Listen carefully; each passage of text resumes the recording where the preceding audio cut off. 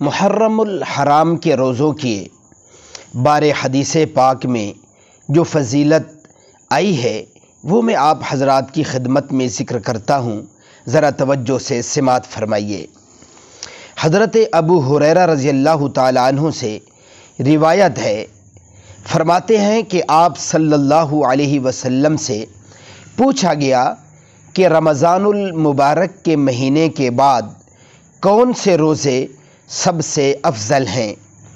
تو آپ صلی اللہ علیہ وسلم نے فرمایا کہ رمضان کے مہینے کے روزوں کے بعد سب سے افضل روزے اللہ کے مہینے محرم کے روزے ہیں۔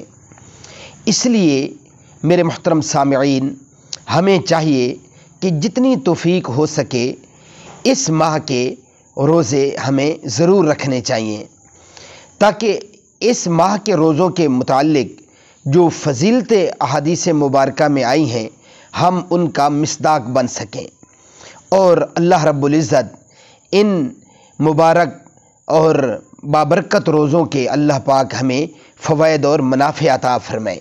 وآخر دعوانا ان الحمد للہ رب العالمین۔